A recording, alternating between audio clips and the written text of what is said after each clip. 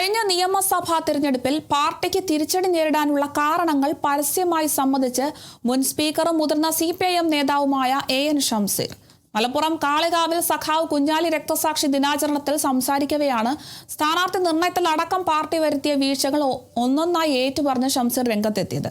പയ്യന്നൂരിലും തളിപ്പറമ്പിലും സ്ഥാനാർത്ഥി നിർണയം പാളിയെന്നും വെള്ളാപ്പള്ളി നടേശന്റെ ആക്ഷേപങ്ങളിൽ പാർട്ടിയുടെ പ്രതിരോധത്തിന്റെ ശക്തി കുറഞ്ഞു പോയെന്നും അദ്ദേഹം തുറന്നു സമ്മതിച്ചു. തെറ്റുകൾ തിരുത്തി പാർട്ടി പൂർവാധികം ശക്തിയോടെ തിരിച്ചു വരുമെന്നും ഷംസീർ വ്യക്തമാക്കി. സ്ഥാനാർത്ഥി നിർണയം പയ്യന്നൂരും തളിപ്പറമ്പിലും പാറി.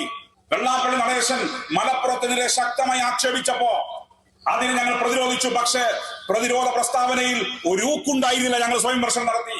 പിന്നെ അയ്യപ്പ സംഘം ഞങ്ങളുടേതല്ല, പക്ഷെ പറഞ്ഞു സർക്കാർ നടത്തിയതാ. അയ്യപ്പ സംഗമത്തിൽ ഒരു കാരണവശാലും സ്വാമി ആദിത്യനാഥിന്റെ സന്ദേശം വായിക്കാൻ പാടില്ലായിരുന്നു. ഞങ്ങൾ വിമർശനം നടത്തി.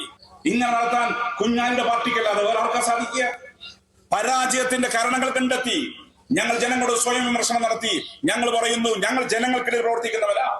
രാഷ്ട്രീയത്തിൽ ജനങ്ങളാണ് യജമാനന്മാർ, ജനാധിപത്യത്തിൽ ജനങ്ങളാണ് യജമാനന്മാർ. ജനങ്ങൾ പറയുന്നു, സഖാക്കളെ നിങ്ങൾ തെറ്റ് പറ്റിയിരിക്കുന്നു, ആ തെറ്റ് ഞങ്ങൾ ഉൾക്കൊള്ളും, തിരുത്തും. പോരായ്മകൾ സംഭവിച്ചിട്ടുണ്ട്, ആ പോരായ്മകൾ തിരുത്തി വർദ്ധിത വീര്യത്തോടെ ഞങ്ങൾ തിരിച്ചു വരും. ഇനി അപ്പുറത്ത് വന്നല്ലോ ഇപ്പം മധുവിധ കാലല്ലേ, പിള്ളേർക്ക് തക്കാരം കൊടുക്കും ഇഷ്ടം പോലെ.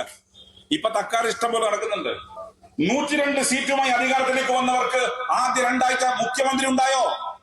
3 പേരല്ലേ മത്സരിച്ചത്? അവസാനം ചെന്നിത്തലനെ തൂഫാനാക്കി വിട്ടു. 2 മാസം കഴിഞ്ഞ് 3-ാം മാസത്തിലേക്ക് പോകുമ്പോൾ എന്താണ് കേരളത്തിന്റെ സ്ഥിതി?